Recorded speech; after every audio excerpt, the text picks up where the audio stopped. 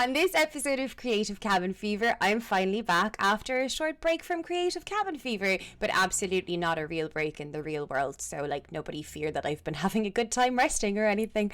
I am happy to introduce you to IONA. Now, IONA was sent to me by Egg 12, and they're obviously really good friends of mine. The boys are amazing, and everything that they're doing and all the bands that they're pushing, helping is just really, really incredible. Iona released a new track called Empty, and if I didn't enjoy the track, I absolutely wouldn't be agreeing to have her on my show. So Empty is beautiful and forlorn and gentle, and her voice is really, really something. I loved the lyrics, I loved everything about it, and I was like, yes, I will kick Creative Cabin Fever back up with a young, rising, beautiful voice. Iona, good morning, how are you? Good morning. That was a brilliant intro. Thank you so much. You're so welcome. So it's really, really great to finally meet you. As I said, I really enjoyed the track when Luke sent it my way, and anything I can do to help young upcoming stars is exactly why we're here. Do you know what I mean? I think it's brilliant. So usually in these interviews we talk about many different things, but I like to start at the start. So how did you find your craft? I started really young. My dad was huge into music, crazy. He I've no one in my family who's particularly musical, but my dad was going to gigs. He took me to my first gig at 4. When I was 3 years old, I had a Kate Bush poster on my wall. I had no clue who she was, but he was like, "This is who you're going to be when you grow up." So I was writing songs and performing arts and started playing the piano at around 6 or 7. And then when I went to secondary school, I decided, I was kind of coerced into singing in a band called the Cliffords. So we've been playing together for a few years. And then I was kind of writing solo stuff on the side, and I decided I wanted to lean more into the solo stuff and kind of get more of my side of the story out in my music. So that's why I started recording and releasing Empty and writing right now. And that's amazing. I think it's great that a father that passionate and with such a great role model in Right. mind could I know. actually help you dive deeper in the passionate of music. Do you know what I mean? Like me and my son share music. At the moment he's going through this weird phase where he hates music, but I don't think it's that he hates music. I think it's that he associates music with mommy being gone now. Whereas for years it was just something we enjoyed together, and he was like Yeah. really proud that mommy works with all the music. Now he's like, well, every time mommy's not gone, she's with music, so I don't like music anymore. He started booing people and everything when they're on stage. Like, it's just adorable. He's like, I only want to see mommy, and all musicians and music is bad. He's so sweet. Musicians get mommy and I don't. But then I found out recently enough, I was walking through town and I met a girl I barely know. And it turns out he went up to her one day just randomly and he was like, my mom is the Vi Queen and she is friends with all of the musicians. And one day I'm going to be on the stage with all of mommy's musician friends in my band. And I was like, Jesus. Sounds like a threat. He's warning. He's warning her. Like, I am Keanu and I am taking over the world. So, But that would be so. You really, I think my dad really encouraged me. Once he found out I could sing, he was pushing me. I was up in every bar that we went to, every funeral. I would be pushed to the front, and it was like, go sing now. You have to. So then I kind of didn't have a choice to not do music because my dad was just so adamant, which was brilliant. I'm grateful for now. that is amazing. I love that. I really, really love that. So obviously your release Empty happened in a lockdown situation, and I like to talk about your experiences about releasing in lockdown, because obviously not only is it a new release, but it's a release in a situation that is completely out of the norms of reality. So everything is so different. How we push music right now, how we network, everything is different. What have your experiences been from releasing Empty? Well, I released Empty in quite a weird time. Um, I just moved to Paris when I wrote Empty, and I just moved to Paris for about 2 months, and then I was an au pair with a French family who I didn't speak any French. they didn't really speak any English to me, and I was in an attic and it was lockdown. So I was kind of stuck with this family with nothing to do except work, mind children, and write music. So I was kind of going, I was really had to look inside myself because I was so really isolated. Because not only was I in lockdown, but I was in lockdown with someone who wasn't my family, who weren't speaking my native language. So that really, I think, was a hard time, but it got great music out of it from me. Like I had to be really honest and look in myself, and it went into that kind of state. And then after coming out of lockdown, I recorded the song in Paris, and then it took a while for it to kind of it only got released in August, but it'd been recorded for about 6 months. So it's strange now, like it's been kind of sitting there. I've had it for about 6 months, and now it's finally out and I can finally show it to people, which is so nice that other people can get the reaction that I with a song that I love and I have had for months now. Yeah, I think a lot of people don't realize how long certain artists sit on songs. So you've got that out in 6 months. That's actually pretty fast. I know Mm. people who are waiting to release 15 years, right? So the tracks are there and they're finished Yeah. and they're ready, but there's just that thing that's not there for them to, I don't know, either self-belief or Mm-hmm. drive or whatever that missing link is. A 6 months turnaround, really, really, really fast, in my opinion. Unless you're going to be self producing, in which case maybe you get a song out a day. Like, I mean, there are people who are able to do that. More power to them. But 6 month turnaround is actually quite good. So, like, it's also really interesting to me, like, two things there, right? So, you're in Paris, living your Anne Frank diary moment, and you're converting that into like a beautiful song. That's Yeah. amazing to actually have your creativity go that way. And as well as that, so you're in a situation where you have to, with no choice, immerse yourself in a brand new language. So Mm-hmm. you're learning how to create as a solo artist in a very unusual fashion, and you're in a vulnerable situation where you have no choice but to harness that vulnerability while learning a new language. Speak to me. That's it was definitely I think I got so much creativity because I was so frustrated during my days not being able to express myself in French. Because I really couldn't at the start I came and I couldn't speak French and my host family decided they weren't going to speak any English to me and my kids spoke no English. So I was really for the first few months just tired and I felt irritated because I couldn't you can't express yourself. So the only time I could express myself was when I was in my room singing songs that I was writing. I was finally saying what I wanted to say all day long when I was in the house, trying to express myself. So it really, really pushed me into making. I think at the start of lockdown, I said I'm going to write 5 songs. By the end of this lockdown, they're going to be 5 good songs. But I think the only one that I really loved out of it was Empty. It was something that I really connected with the song. I think it was really honest about the time and it really reflects how I felt at that time. That's So, amazing. So, like, usually the question I ask is, was there any changes to your creativity in lockdown? We just discussed that. So, we don't even mhm. need to go through that again because that is just organically gone that way. And so interestingly as well, because that's just such a frightfully strange time. Like, I mean, there's no better way to learn a language than forcing yourself to be immersed. And it does actually genuinely wreck you and make you very irritable, and which makes you kind of understand babies and why they have Yes. strops all the time because they're also unable to communicate their needs, and that is a very frustrating time, which is why I taught my son sign language before he could speak, so he could actually communicate even if his vocal cords impossibly could not Oh, allow words out. that's brilliant. That's a brilliant idea. Because it is just so I had one there was a 1 kilometer um radius that you could leave the house. And where I lived right next to the Bois de Boulogne. And I had a friend who's an amazing songwriter, she's from England called Jade Winder.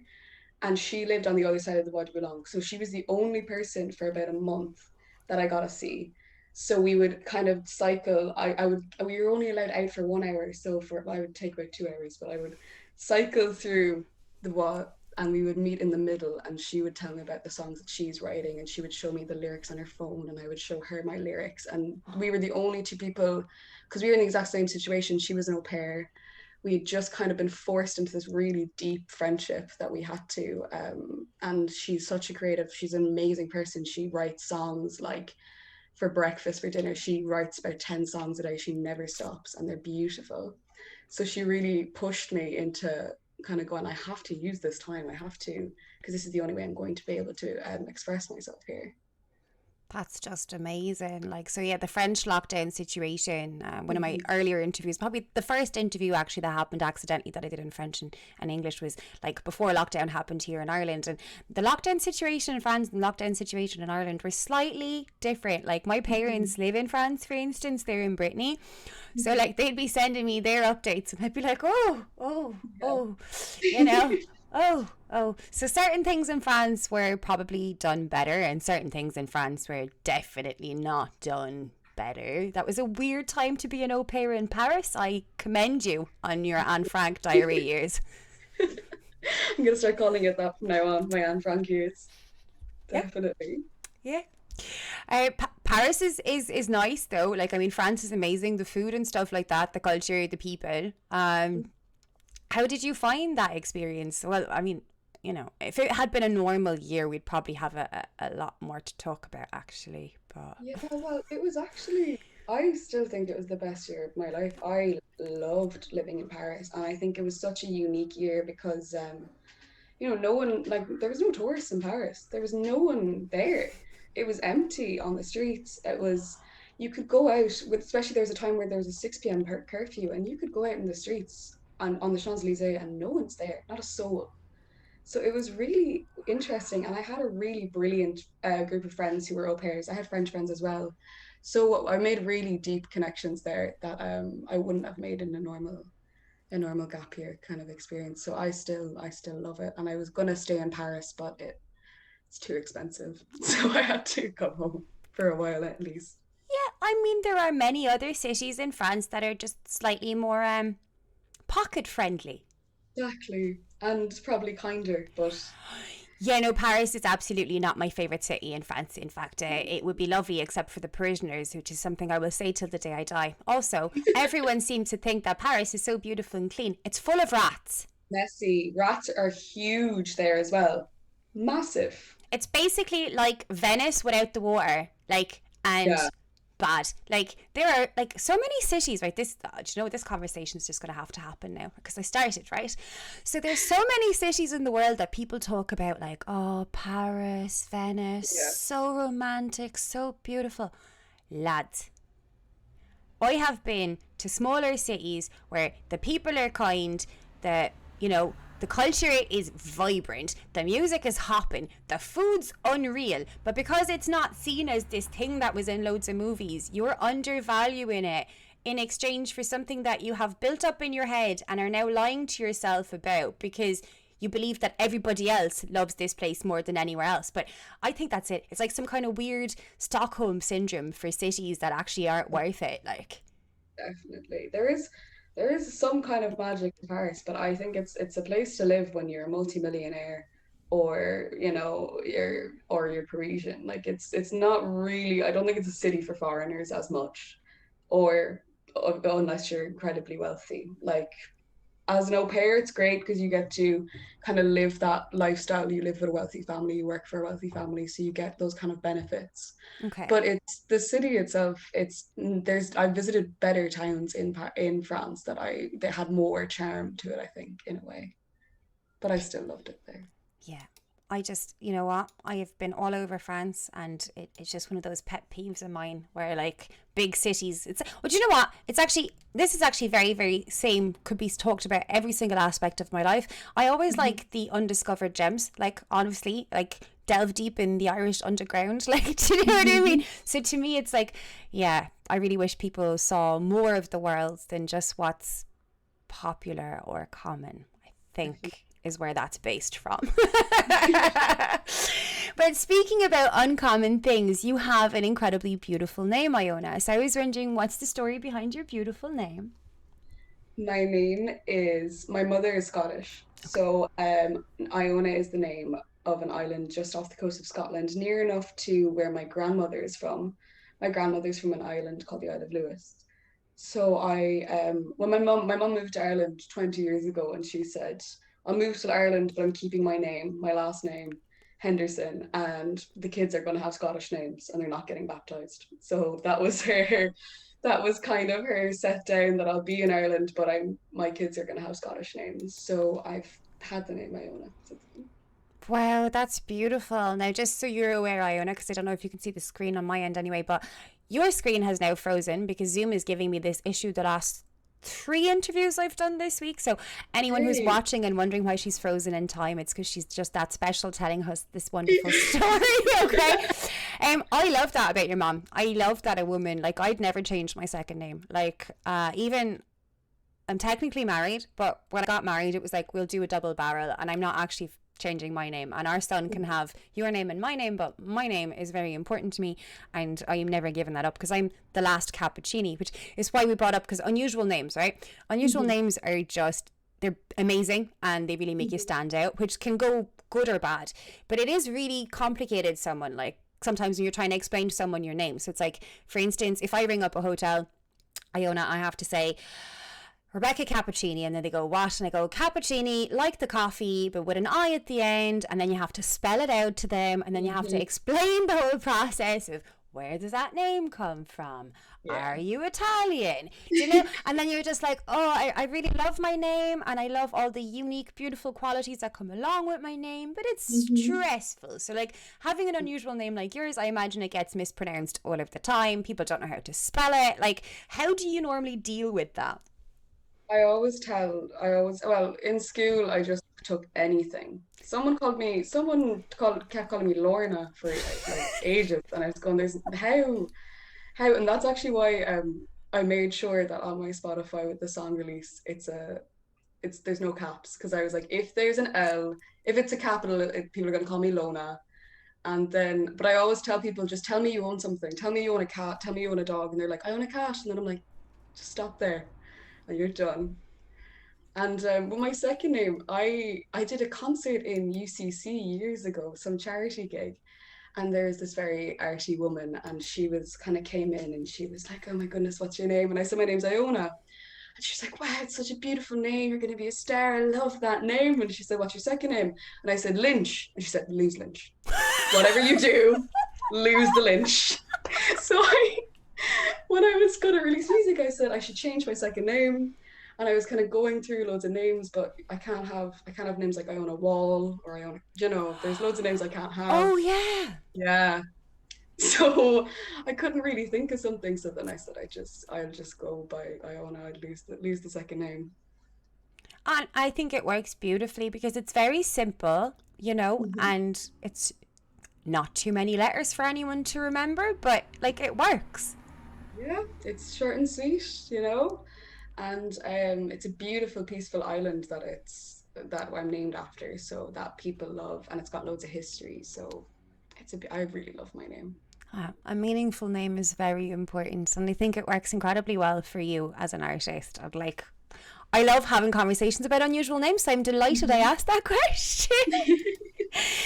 So, we're going to talk about gigs and venues and memories. So, we'll start off with memories of gigs. So, like, let's talk about your favorite gigs, your least favorite gigs, your favorite venues, your least favorite venues. Now, these can be places that you've either attended or performed in, either by yourself or with a band, or even like speakeasy sessions or like open Mhm. mics, whatever you feel you want to talk about. And then we'll talk about upcoming gigs your end, because there's quite a bit of excitement on the way now that there's a roadmap, which we're Very delighted about. exciting.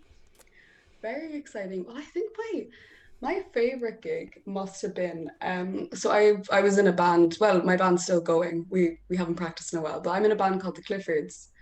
And we started when we were about 16, maybe 17, and there's four of us. And it's quite an unusual band. We've got an amazing guitarist, Daniel Cody. He's really talented, but he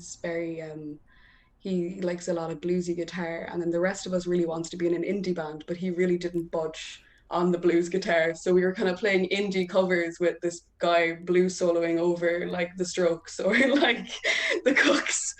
So we wanted a gig, but we didn't really know what we were doing, how to play a gig. So we were practicing in a garage, and the drummer's garage, Daniel Ryan, and we said, look, if we just invite 30 people over, 40 people over, and have a party, and we open up the garage, and that's a gig. So we did that. So then it was Halloween a few years ago, and we got, I don't know if you know Rasputin's Boots, they're a Cork band. Um, I'm not sure if they're still playing, but they were a Cork band. We got two of the lads from that. They came out, they opened for us. And I thought it was really funny. It was a party, and the lead singer Sean Dury decided to kind of crowd surf, but like crowd surf with like 20 people on the same level. So he kind of just jumped up in the air and just kind of people just held him for 2 seconds and then they just kind of threw him down. But that was one of our first, that was our first and only gig as a band for a while, and I just loved it. I thought it was brilliant. It was all my friends, and they were so excited to see us, and it was just brilliant, so organic, and just in the garage in the middle of nowhere in the Irish countryside. So that's my favorite gig I think I've ever played or been to, really. I love that. It's great, like when you can kind of come together as a community of musicians and you just end up in this magical field moment and you're like, yeah, Mm-hmm. and it just stays with you forever. Yeah. Do you know? And it felt like while we were playing, like it didn't feel like there was only about 20 or 30 people out there. It felt like a big deal, but it was just a house party kind of thing. But we loved it, and I love that gig. It's my favorite.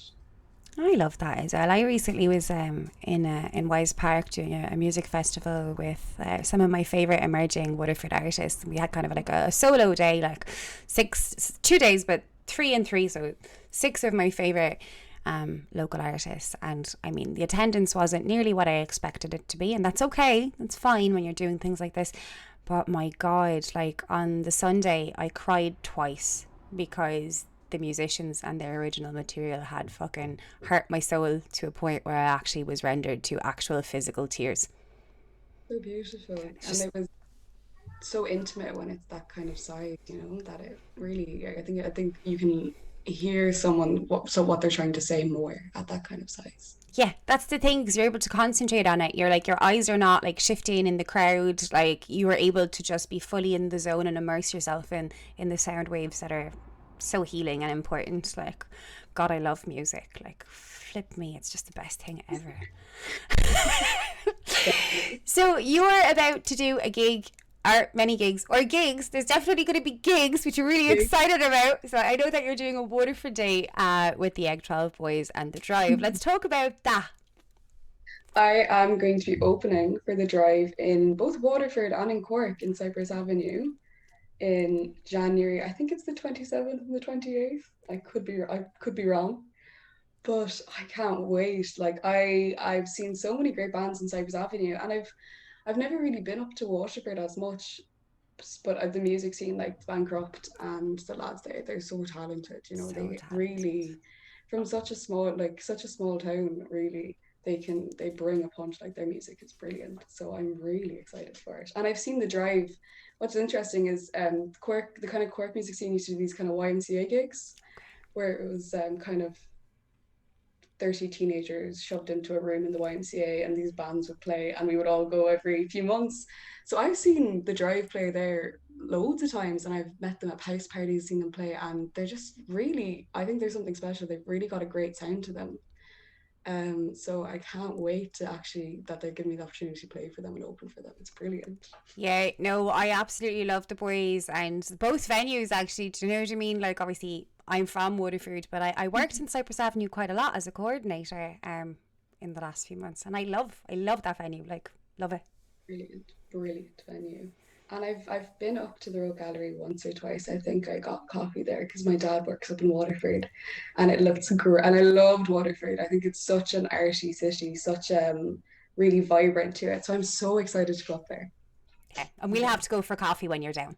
Definitely, definitely. You have to come to the gig. You have to come to the gig and come get some coffee before. If I am free that day, I absolutely 100% agree that I will be there. I'll hold you to it. No, no, no, no. It's recorded. If I'm not working, I will be at every gig I can get to. If I'm not working. So yeah, I mean, I've really enjoyed our chat today. Is there anything that you want to add to the interview before I stop recording? Like, is there any excitement on your camp? Anything that you're working on in secret, not so secret? Anything that you want to plug, push, talk about? Well, obviously go listen to Empty. It's been out for a few weeks now. It's on Spotify. You can watch the music video, which I love the music video. It's really my I got my friend Owen McCall to do choreograph a dance for it, and he's an incredible talent. So go watch the music video on that. Follow me on Instagram, and I am I'm gonna set myself the goal to try finish an EP by the end of the year. I'm kind of writing now, but I'm not sure what sound I'm gonna try go for. I kind of wanted to step a bit away from Empty and change my sound a little bit and go a little less folk, a little more indie is the kind of plan. But Okay. we'll see how that goes. So I'm writing for that now. I cannot wait to see what you produce. I personally believe, as people, we should reinvent as often as possible. So, if every single track on that EP is a different genre, more power to you. Because we are many things. We're not just ever, or we shouldn't allow ourselves to be labeled or typecast. And you Okay. should just push that creative flair extra. I'll try. I'll definitely try. It's hard because I'm very comfortable in my sound. I write my songs in that sound.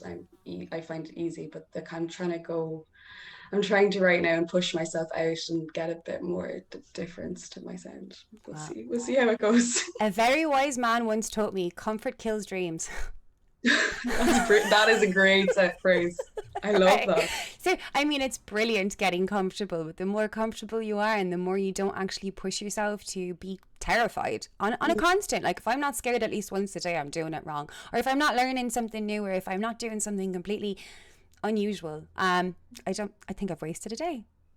100%. That's how you're gonna change. That's how you're gonna learn. That's how life goes. Push yourself. Yeah. All about the motivation today. We're doing brilliant. We should become life coaches. There's a strong chance that might be in my future. That and politics. I just have this, we'll see. We'll Yeah. see where I end up. I could see that. I could definitely see it. You know, it's been a Yeah. mad year. It's been a mad year. You've had your Anne Frank years, which is a brilliant chapter. Like, I mean, there's a song called Empty out of it. Very, very, There's a very very topical. depressing song called Empty Out of my Anne Frank years. I think when I was releasing Empty, I was going, oh, I was like, I love this song. People are going to be worried about me. Immediately after, they're going to listen to it and go, someone should talk to Iona. But Well, it's like realistically, I think the world around us is going to be recovering from CPTSD for quite some time, definitely. right? And all those incredible friendships, they're wonderful, but like they're trauma bonded friendships. You know Yeah, what I mean? So, of course, your first release out of a moment in time like that was about to be a little bit worrying a because, little bit worrying. like I've been saying this a lot lately. It's like, it's brilliant that there's finally the start of a roadmap for the Irish music industry, but like, Mhm. are they going to give me a roadmap back to my mental health? Because I don't really think I'm ever going to be the same again, or anybody else is. Like, are we all going to get like counselling for everything that we've been put to in the last 18 months? Oh, no, we're not. We're just going to have to get on with things. Brilliant. You do politics, you should get free counselling for everyone that went through lockdown. That's your Well, first I mode of think action. counselling should be freely available anyway. There's enough counsellors in the country for that to be possible if anyone's ever struggling. I don't think it should be that difficult. I remember once I was suicidal. This is a true story. I was going through a really hard time. They put me on an 18-month waiting list to see a counsellor.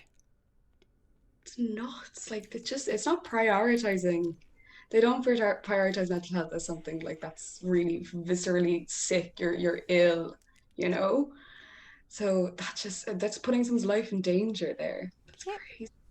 18-month waiting list, and I have so many horror stories about, like, so mental health in this country definitely needs a shift. And I make jokes because I'm, stand-up comedian behind it all, but like, all stand-up comedy does is actually reinforce real issues in the world and make people joke about things that then they think about and go, actually, that's kind of, the thing. Mhm. Yeah. No, So yeah, if I everyone did ever uses get into politics, mental health. number one. Number one. People hide behind their art and they're kind of like, this is funny, but then it's the realities behind it, you know? I think that's sometimes why my songs are so sad because they're so honest. Like I can't.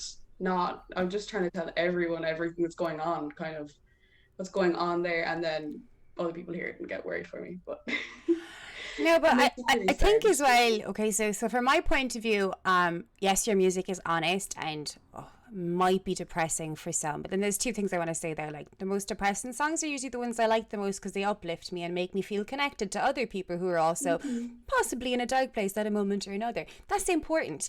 And then vulnerability, right? Everyone seems to misunderstand vulnerability as a weakness, right? Whereas I am 100% positive that my vulnerability is actually a superpower. It takes absolute guts to be exactly who you are in the dark and the light. It takes absolute guts to just be able to speak your mind freely and be exactly who you are. It takes absolute guts to love, just love. Like, Mhm. most people seem to have attachments like surrounding love, but actually love is probably the freest, most vulnerable gift you can give anyone if given correctly. It does not take, it does not need, it just is. You just love. You're just Yes, vulnerable. You're just those things. 100%. I'll definitely vote for you. This is great stuff. You're speaking the truth.